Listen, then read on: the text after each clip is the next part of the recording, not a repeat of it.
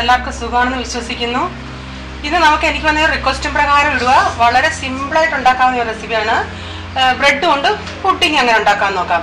എനിക്ക് റിക്വസ്റ്റുകൾ വേറെയും വന്നിട്ടുണ്ട്. ഞാൻ എല്ലാം അത് എനിക്ക് ഓർമ്മയുണ്ട്. ഞാൻ ഓരോന്നോരോന്നായിട്ട് ഇടാം. ഇപ്പോൾ ആദ്യമായിട്ട് നമുക്ക് ഈ പുഡിങ് എങ്ങനെ ഉണ്ടാക്കാൻ നോക്കാം. അതിനായിട്ട് ഞാനിവിടെ 10 ബ്രെഡ് പീസ് എടുത്തിട്ടുണ്ട്. വൈറ്റ് ബ്രെഡാണ് നല്ലത്. ഇതിന്റെ അരികു കളഞ്ഞാലും നല്ലതാ, കളഞ്ഞില്ലെങ്കിലും കുഴപ്പമില്ല. അതിനായിട്ട് 2 മുട്ട. ഇപ്പൊ മുട്ട ഉപയോഗിക്കാത്തവരുണ്ടെങ്കിൽ ഈ മുട്ട ഇത് ചേർക്കണമെന്നില്ല, മുട്ട അവോയ്ഡ് ചെയ്യുക. എന്നാലും പുഡിങ് നന്നായിട്ട് ഉണ്ടാക്കാൻ പറ്റും. പിന്നെ ഞാൻ 50 ഗ്രാം ബട്ടർ എടുത്തിട്ടുണ്ട്. പാല് നാം 1/2 ലിറ്റർ എടുത്തേക്കും. ഒരിളം ചൂടില്ല. കാച്ചണമെന്നൊന്നും നിർബന്ധമില്ല, കാരണം ഈ ബട്ടർ നമുക്ക് ഇടുമ്പോൾ അതൊന്ന് മെൽറ്റ് ആവാൻ വേണ്ടിയാ. നമുക്ക് ആദ്യം 1/2 ലിറ്ററിൽ നോക്കാം. പിന്നെ മിക്സി നമ്മൾ തയ്യാറാക്കുമ്പോൾ എങ്ങനെ ലൂസ് ഉണ്ടെന്ന് വെച്ചാൽ അതനുസരിച്ച് കുറച്ചുകൂടെ വേണമെങ്കിൽ നമുക്ക് കുറച്ചുകൂടെ പാല് പിന്നെ വീണ്ടും ഒഴിക്കാം. പിന്നെ പഞ്ചസാര ഞാനിവിടെ ഒരു 7 ടേബിൾ സ്പൂൺ എടുത്തിട്ടുണ്ട്. മധുരം നിങ്ങൾക്കനുസരിച്ച് കൂട്ടുകയും കുറയ്ക്കുകയും ചെയ്യാം. ഞാനിവിടെ ഷുഗർ കാരമൽ ചെയ്തത് എൻ്റെ കയ്യിൽ ഉണ്ടായിരുന്നു. അതായത് അത് ചെയ്യാൻ അറിയാൻ വയ്യാത്തവരാരെങ്കിലും ഉണ്ടെങ്കിൽ ഞാനൊരു പ്ലം കേക്കിന്റെ വീഡിയോ ഇട്ടിട്ടുണ്ട്. അതിൻ്റെ അകത്ത് കാരമൽ ചെയ്യുന്നത് എങ്ങനെയാണെന്നുണ്ട്. അതല്ല എങ്കിൽ നിങ്ങൾക്ക് അറിയണമെങ്കിൽ നിങ്ങൾ കമന്റിൽ ഇട്ടാലും മതി, ഞാൻ പറഞ്ഞു തരാം. പിന്നെ നമുക്ക് വേണം 1 ടേബിൾ സ്പൂൺ വാനില എസൻസ്. ഇത് ഇനി നമുക്ക് എങ്ങനെ ഉണ്ടാക്കാം നോക്കാം. നമുക്ക് ഈ മിക്സിയുടെ ചെറിയ ജാറിൽ ഈ ബ്രെഡ് എല്ലാം കൂടെ അല്ല, കുറേശ്ശെ പിച്ചിയിട്ടൊന്ന് പൊടിച്ചെടുക്കാം. ഒത്തിരി അങ്ങ് പൊടിയണ്ട. ഒരു 3-4 വെച്ചിട്ട് നമുക്കെല്ലാം ഒന്ന് മിക്സിയിൽ പൊടി. ഇപ്പൊ ഞാനിവിടെ ഇതെല്ലാം പൊടിച്ചെടുത്തിട്ടുണ്ട്. ഇത് നമുക്കൊരു സൈഡിലോട്ട് മാറ്റി വെക്കാം. എന്നിട്ട് ഈ പാലിലോട്ട് ഈ ബട്ടർ ഇട്ട് കൊടുക്കാം നമുക്ക്.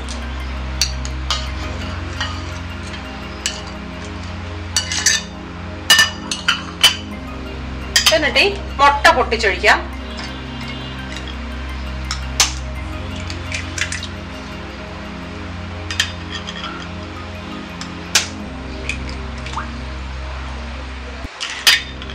പഞ്ചസാര ഇടാം. 1 ടേബിൾ സ്പൂൺ വാനില എസൻസ്.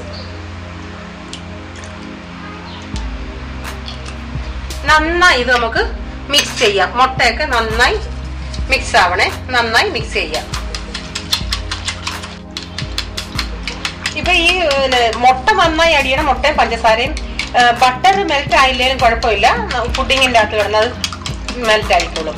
അതുപോലെ ഞാൻ ഈ കാരമൽ ചെയ്തത് ഞാൻ ഫ്രിഡ്ജിൽ സൂക്ഷിച്ച് വെച്ചിരുന്നയാ.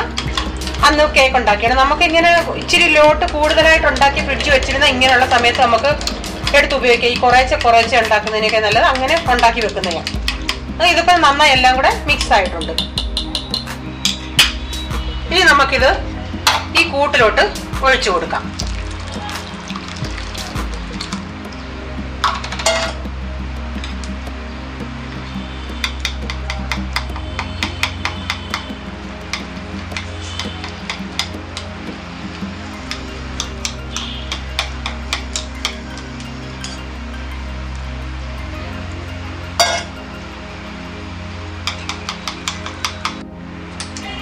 ഇതിപ്പം കൂട്ട് ഞാൻ മിക്സ് ചെയ്ത് വെച്ചിട്ടുണ്ട്. ഞാനിപ്പോൾ ഇത് സ്റ്റീം ചെയ്തെടുക്കുക. ഞാനിവിടെ കേക്കിന്റെ ഒരു ടിന്ന എടുത്തേക്കുന്നേ. അതിൻ്റെ അകത്ത് അടിയിൽ നമുക്ക് ഇതിപ്പം ഇങ്ങനെ ഷുഗറിന്റെ ഇത് കാരമൽ ചെയ്ത് ഇടണമെന്നുള്ളത് കമ്പൾസറി അല്ല. നമുക്ക് ഒരു കളറിന് വേണ്ടിയാ ഇത് ചേർക്കുന്നത്. എന്നിട്ട് ഇതെല്ലാം സൈഡിലൂടെ ഒന്ന് സ്പ്രെഡ് ആക്കാം. ഇതിപ്പോ ഞാനത് എല്ലാ സൈഡിലും സ്പ്രെഡ് ആക്കിയിട്ടുണ്ട്. ഇതിലോട്ട് കുറച്ച് കൂട്ട് ഒഴിച്ചു കൊടുക്കാം. കുറച്ചല്ലെങ്കിൽ മൊത്തം ഇതിൽ വരും.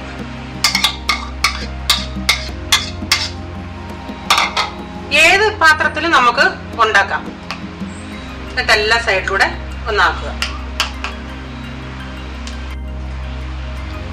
ഇതിനെ ഒരു ഫോയിൽ പേപ്പർ കൊണ്ട് നമുക്കിതിനെ ഒന്ന് പാക്ക് ചെയ്യാം. കാരണം നമ്മൾ സ്റ്റീം ചെയ്യുമ്പം ആ വെള്ളം ഇതിൻ്റെ അകത്ത് പോകാതിരിക്കാൻ വേണ്ടി. നമ്മൾ ഇഡലിയൊക്കെ ഉണ്ടാക്കുമ്പം അടിത്തട്ടിലെ ഇഡലി മിക്കവാറും ഇച്ചിരി വെള്ളം പോലാവും. അതുപോലെ ഇത് വെള്ളം വരാതിരിക്കാൻ വേണ്ടിയാ നമ്മൾ ആദ്യം ഇങ്ങനെ ചെയ്തിട്ട് ഇതിൽ ഹോൾ ഇടും. അന്നേരം ആ സ്റ്റീം ആ ഹോളിൽ കൂടെ അങ്ങ് വയ്ക്കോളും. ഇത് നന്നായി അടിവരെ പൊതിയത്തക്ക വിധത്തിൽ പേപ്പർ കൊണ്ട് പൊതിയുക. എന്നിട്ട് ഇതിന്റെ അവിടെ ഇവിടെ ആയിട്ട് ഓരോ ഹോൾ ഇടണേ.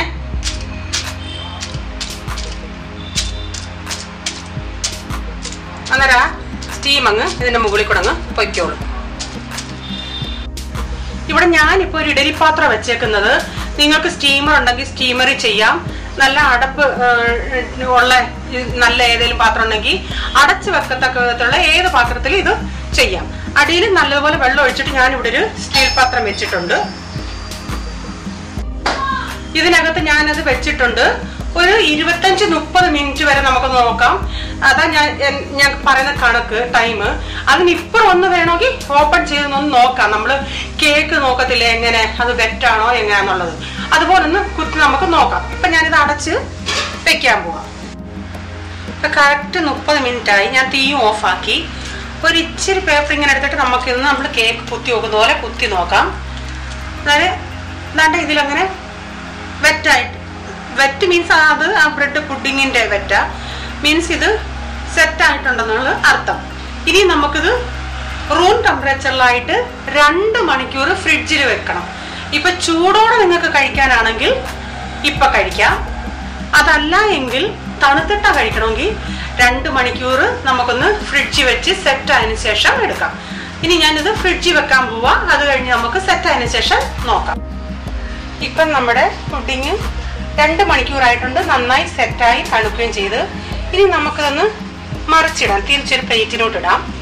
ആദ്യം നമുക്ക് ഈ സൈഡ് മൊത്തം ഒന്ന് വിടുവിക്കാം.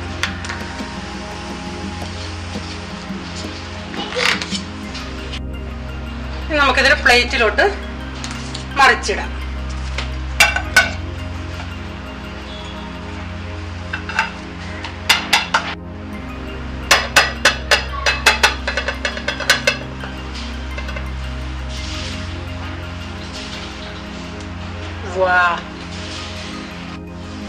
നമ്മുടെ പുഡിങ് റെഡി ആയിട്ടുണ്ട്. ഇത് ഞാനൊന്ന് മുറിച്ച് പീസാക്കി കാണിക്കാം.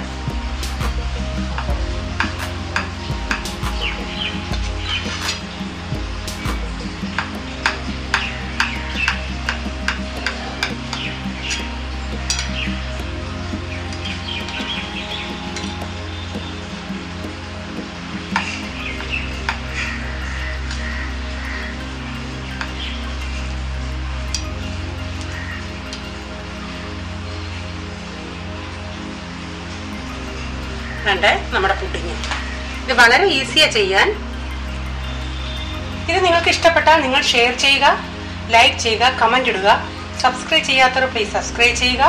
ഇങ്ങനെയുള്ള പുതിയ വിഭവങ്ങൾ നമുക്ക് വീണ്ടും കാണാം. ബൈ. God bless you.